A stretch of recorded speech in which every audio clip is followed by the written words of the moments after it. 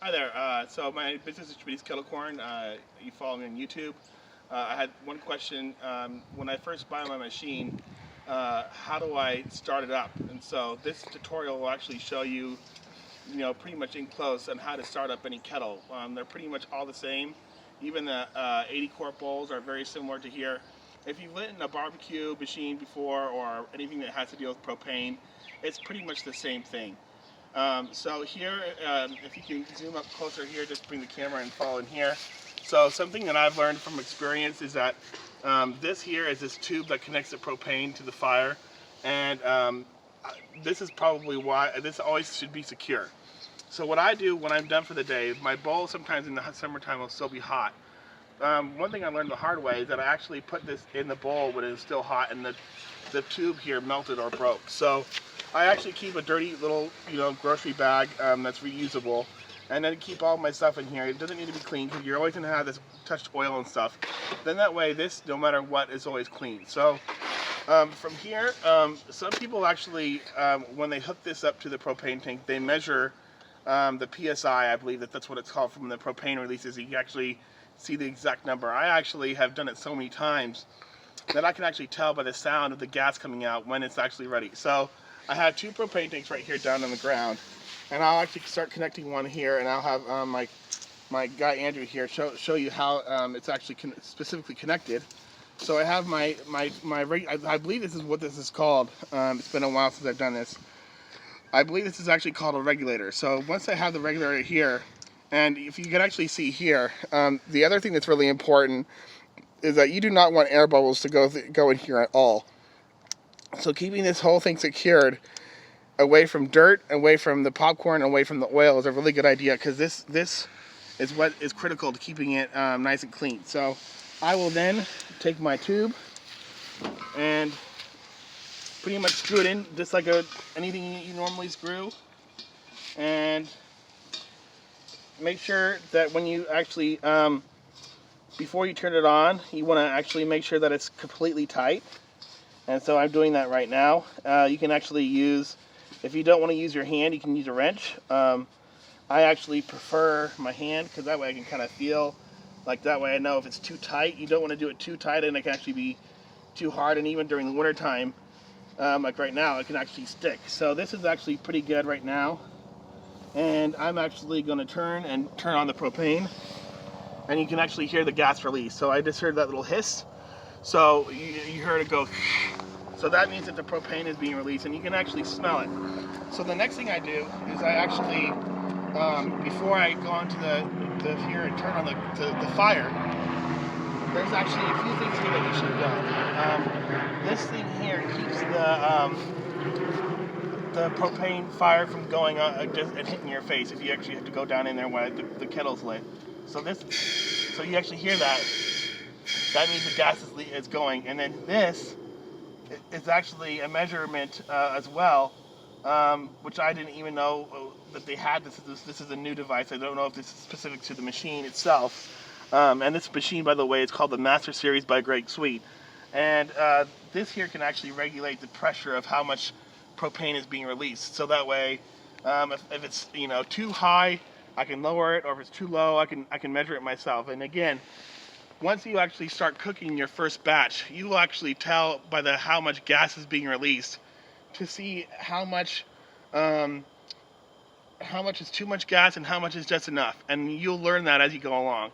When you first start your first batch, if you burn it, that's pretty much, you might want to, if you want to do something with somebody that knows more about gas than you do, that you're more than welcome to do it. I've always done it by myself since I learned my first time.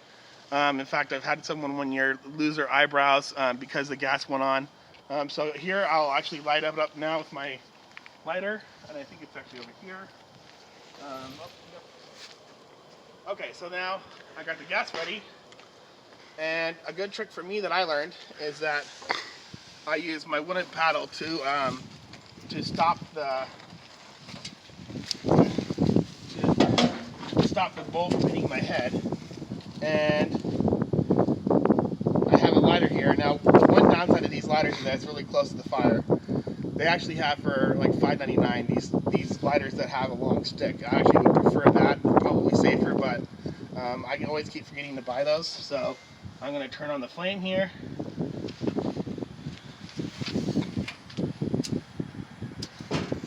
So then you can actually see now.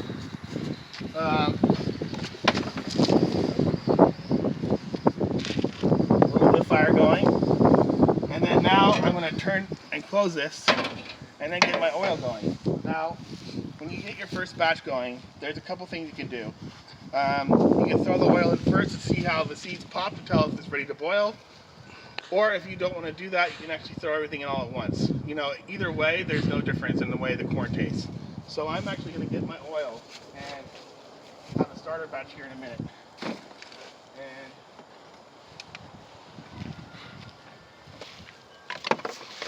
I'm going to throw in the oil. Oh, can you come over here, Andrew? So pretty much this oil will be enough for 2 batches. And then the other interesting thing here is that during the winter time it's actually a little bit more thicker. So that's probably enough oil for 2 batches of corn. And now that that's done, I'll get my scooper ready. And so I will throw in a couple tests of corn seeds. These are seeds I buy from Sam's Club. And in another video I'll actually go over different kinds of bags of corn. This is about a 50-pound bag of popcorn for 25 bucks at Sam's Club. You can also buy the sugar there and the oil, so I like to buy everything in one trip. Sam's Club for me is 30 minutes away versus my other popcorn suppliers that are a little bit longer drive away, so I prefer to go somewhere closer. Some people I've even heard have even bought corn from farms, but that's a whole other subject. So I'll start to turn it on here. Here it going. And it sounds pretty good to me. Hey man. This here will get ready. You can actually put it in the bowl, Andrew. Yeah, you have a close up. So as the bowl is heating up, it will take about a few minutes because it's actually colder. So we'll wait for it to heat up. Still recording? Cool, thanks man.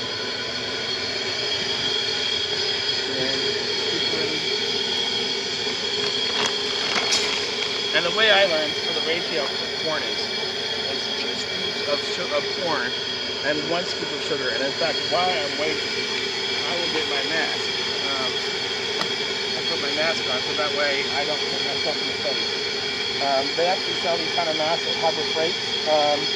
They're very useful. I want to keep my face pretty, you know, for the ladies. I've actually had my oil hit my face in the eye once. And so it's always useful to have something to protect your face, whether it's goggles, a mask. I don't have my mask on right now for recording purposes. So now you can actually see here, the oil is actually getting kind of ready to cook. So now it's about time for me to do 2 scoops of corn. So I'll do 2 scoops of full corn here. 1. And I'll do 1 more. What I can do is I can start heating this up, and pretty much the trick is it's almost like microwave popcorn. As long as you have the wood paddle stirring the bottom, you're actually going to be okay. So this is actually filling the bottom of the bowl. On the around the bowl, it's actually a little bit colder. So now that this is warming up a little bit, I'm going to get ready for the sugar. And that's actually what the kettle corn is. Kettle corn is a little sugar, a little salt. And I'm going to use a full cup of sugar. So that's 2 to 1. Put it right in.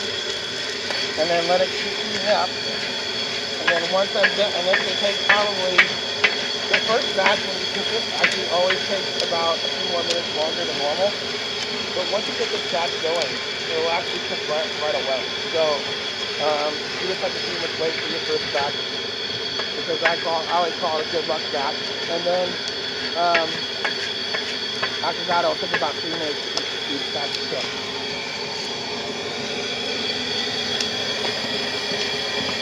When it actually starts cooking, first you get the smell, you start seeing the smoke. That's one of the benefits of being fresh on site. Then you have the fresh popcorn warm when you want to buy it. And the other thing that I actually also recommend is gloves. These are heat-proof gloves. so that way I don't burn myself. And every once in a while when I stir with my paddle, the oil wants to hit my hand. So I always try to protect myself the best I can. If you have an oil burn, it's very painful. That happens anytime.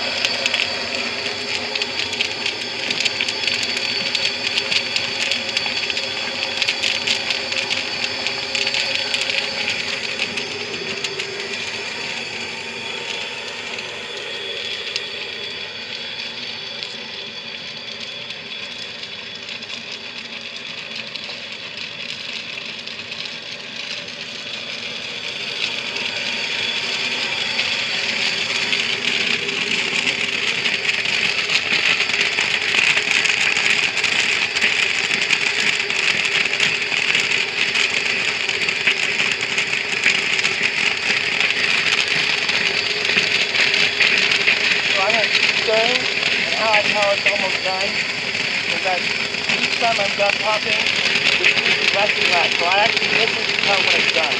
This is actually still going to be strong. And as long as you keep stirring it, you will not burn your popcorn. That's the main important thing here, to not burn it. Alright, so I got a little bit left here. Turn up the heat. Almost done here, and then I'll dump it right here.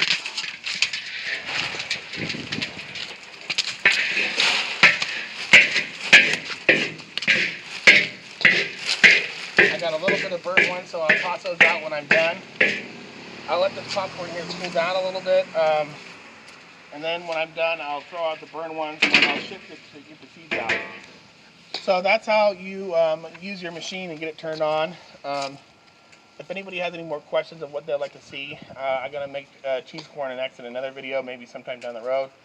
But this will be one video that I'm going to do for right now. And this is Schmitty's Kettle Corn. Please like me on Facebook and subscribe, and shoot me an email or like my page on Facebook and send me any questions you may have. I will gladly do a video for you.